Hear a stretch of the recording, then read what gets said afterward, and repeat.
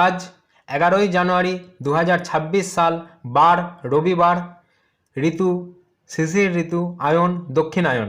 সূর্যোদয় সকাল 6টা বেজে 25 মিনিটে, সূর্যাস্ত বিকেল 5টা বেজে 8 মিনিটে, চন্দ্রোদয় রাত্রি 12টা বেজে 44 মিনিটে এবং চন্দ্রাস্ত পরের দিন অর্থাৎ 12ই জানুয়ারি দুপুর 12টা বেজে 2 মিনিটে।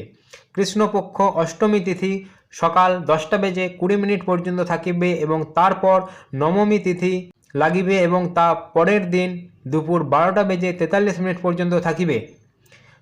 চিত্রা নক্ষত্র সন্ধে 6টা বেজে 12 মিনিট পর্যন্ত থাকিবে এবং তারপর স্বাতী নক্ষত্র থাকিবে।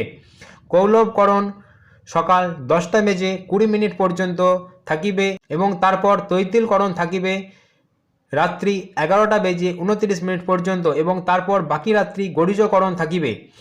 যোগ সুকর্ম যোগ বিকেল 5টা বেজে 26 মিনিট পর্যন্ত থাকিবে এবং তারপর ধৃতি যোগ লাগিবে।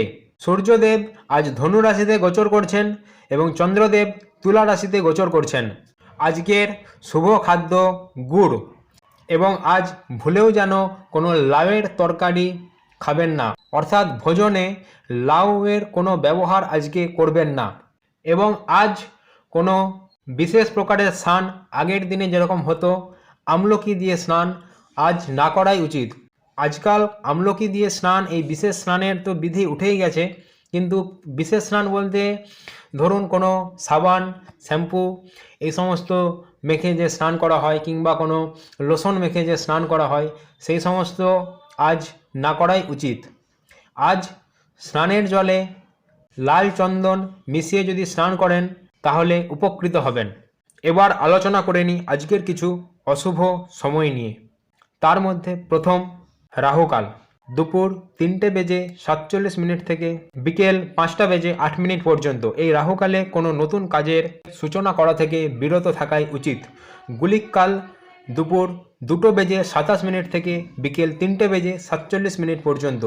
বারবেলা সকাল 10টা বেজে 26 মিনিট থেকে সকাল 11টা বেজে 46 মিনিট পর্যন্ত। কালবেলা সকাল 11টা বেজে 46 মিনিট থেকে দুপুর 1টা বেজে 7 মিনিট পর্যন্ত। এবার আলোচনা করে নিই আজকের কিছু শুভ মুহূর্ত নিয়ে।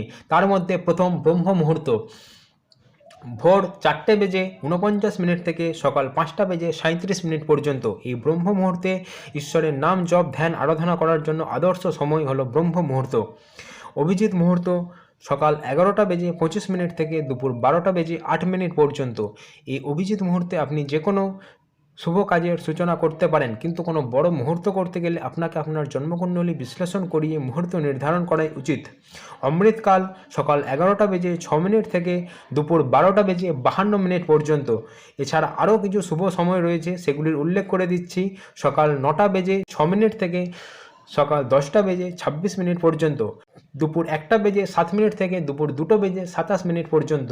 আজ কোনো যাত্রা শুরু করার শুভ মুহূর্ত সকাল 7টা বেজে 45 মিনিট থেকে সকাল 9টা বেজে 6 মিনিট পর্যন্ত। আজ দিশাশুল পশ্চিম দিকে রয়েছে, তাই পশ্চিম দিকে কোনো বিশেষ প্রয়োজনে যাত্রা এড়িয়ে চলাই উচিত। গোধূলি মুহূর্ত বিকেল 5টা বেজে 8 মিনিট থেকে বিকেল 5টা বেজে 34 মিনিট পর্যন্ত। বিজয় মুহূর্ত দুপুর 1টা বেজে 33 মিনিট থেকে দুপুর 2টা বেজে 17 মিনিট পর্যন্ত। আজ বৃষভ রাশির স্বাস্থ্যের দিকে নজর রাখা উচিত, কারণ আজ বৃষভ রাশির স্বাস্থ্যের অবনতি ঘটতেই পারে এবং কর্মক্ষেত্রে বিভিন্ন বাধা বিপত্তির সম্মুখীন হতেই হবে, কিন্তু বাধা বিপত্তির মুখে পড়ে হার মেনে গেলে চলবে না। হার না মেনে আপনি যদি আপনার সবটুকু দিয়ে চেষ্টা করেন তাহলে দিনের শেষে জয়ী আপনিই হবেন। তাছাড়া আজ বৃষভ রাশির শত্রুর পরিমাণ বৃদ্ধি পেতে পারে, কিন্তু তা সত্ত্বেও আজ বৃষভ রাশির বিভিন্ন দিক থেকে অর্থ আগমনের পথ খুলে যাচ্ছে। কর্কট রাশির আজ মাতার স্বাস্থ্যের দিকে নজর দেওয়া উচিত। এছাড়া কর্কট রাশির আজ গাড়ি বাড়ি কেনার দিকে ঝোঁক বাড়তেই পারে এবং তার দরুন কিছু অর্থ ব্যয় হতেই পারে। কন্যা রাশির আজ কোনো আকাঙ্ক্ষিত বস্তু ক্রয় করার জন্য কিছুটা অর্থ খরচ হতেই পারে, কিন্তু কন্যা রাশির উচিত ভবিষ্যতের দিকে তাকিয়ে অর্থ সঞ্চয় করে রাখার। এবং আজ কন্যা রাশির আয়ের পরিমাণও বৃদ্ধি পাবে এবং কন্যা রাশি আজ কাউকে কোনো কথা বলার সময় খুব সতর্ক থাকবেন। হুট করে কাউকে কোনো কথা দিয়ে বসবেন না। আজ যদি কন্যা রাশি নিজের কথা বলাতে কিছু ইমপ্রুভমেন্ট করতে পারেন তাহলে সকলের মন আপনি জয় করতে পারবেন। আজ মকর রাশির কর্মপ্রাপ্তির সম্ভাবনা রয়েছে। এবং মকর রাশির যেই সমস্ত জাতক অলরেডি কর্ম করছেন তাদের কর্মে পদোন্নতির সম্ভাবনাও রয়েছে। আজ সারাদিন বসের সুনজরেই থাকবেন এবং কর্মক্ষেত্রে আসা ছোট বড় প্রত্যেকটি সুযোগকে কাজে লাগান, উন্নতি আপনারই হবে।